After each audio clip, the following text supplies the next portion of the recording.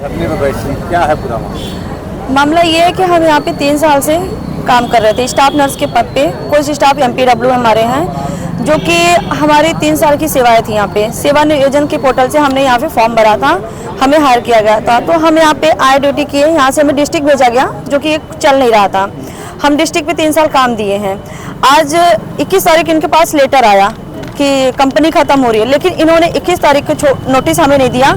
3 तारीख को शाम 6:30 बजे इन्होंने नोटिस दिया कि एक लेटर भर एप्लीकेशन कि आप इस विभाग में कन्वर्ट हो रहे हैं MPW पोस्ट में।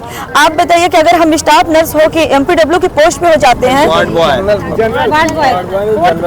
4th क्लास के बराबर, तो हमारी क्या वैल्यू है? स्टाफ नर्सों की क्या वैल्यू हो रही है? अगर स्टाफ नर्स झाड़ू पोछा करे और चीज़ें करेगी तो एक नर्सिंग ऑफिसर की क्या इज्जत है? कोई इज्जत नहीं है। तो फिर हम झाड़ू पोछा के लिए उन्होंने अप्लाई करवाया है। यहाँ तक कि उनका कहना है कि आप इस पोस्ट पर करिए, आगे फ्यूचर में जब भी पोस्ट आएगी तो हम कन्वर्ट करेंगे। और इनका कोई ये नहीं है, निर्णय नहीं है कि हाँ कन्फर्म आएगी ही। हमने मांगा, इनसे मीटिंग मांगने की कोशिश की, मीटिंग दीजिए, तो इन्होंने मीटिंग भी नहीं रखी। हमें लास्ट में एक लेटर थमा दिया, कह रहे फ्यूचर में जब वैकेंसी आएगी तो हम भर्ती करेंगे। और इन्होंने परमानेंट की डिमांड किया है। तो बताइए, हम लोग अभी सरकार एक निगम बना रही है, सब सरकार निगम बना रही, तो हमें उसमें क्यों नहीं ज्वाइन किया जा रहा है? सरकार, हाँ बोलिए, बोलिए। ये बताइए, आप लोग कितने की संख्या में, क्या इस मेडिकल कॉलेज काम प्रभावित नहीं हो रहा है? मरीजों की समस्या नहीं हो रही होगी? वहाँ पे उनके 53 स्टाफ परमानेंट हैं, तो आप उनसे काम ले रहे हैं, लेकिन हम लोगों से इन लोगों की कोई उम्मीद नहीं है। जब 3 साल में यहाँ कोई नहीं था तो हमने काम दिया, आज इनके परमानेंट आ गए तो हमें निकाल के फेंक रहे हैं।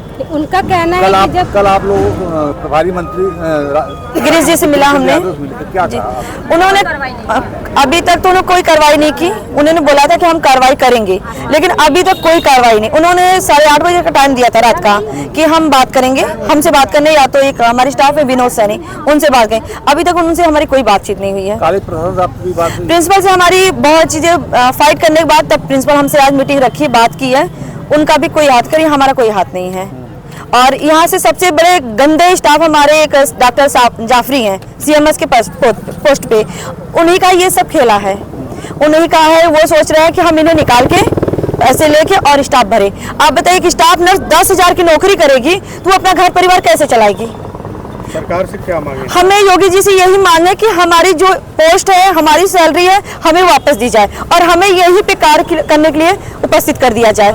क्या इसमें निकाल दिया गया है? निकाल दिया गया है एकदम, हाँ, कार्य मुक्त कर दिया गया हमें। जिस कंपनी से टाई था वो क्या था? हाँ, वो कंपनी हमसे बात तक नहीं, हमें कोई लेटर नहीं मिला है कंपनी से। कोई ये कंपनी कई जिलों में, हमने कई जिलों में बात भी की है, ऐसा कोई नहीं वहाँ पे नियम है। सिर्फ ये नियम सिर्फ जौनपुर का है। वो कंपनी 3 फैकल्टी 3 जगह चला रही है, सन फैकल्टी जौनपुर का बंद कर दिया। ये कंपनी है? हाँ।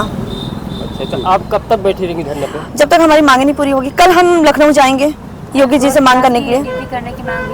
अभी और कोई जिला प्रशासन कोई व्यक्ति अभी हमसे कोई नहीं मिला, कोई नहीं मिला, कोई भी नहीं। हम अभी थोड़ी देर में DM कार्यालय जाएंगे, उनसे बात करेंगे। अगर वो नहीं सुनते हैं फिर हम कल लखनऊ निकलेंगे।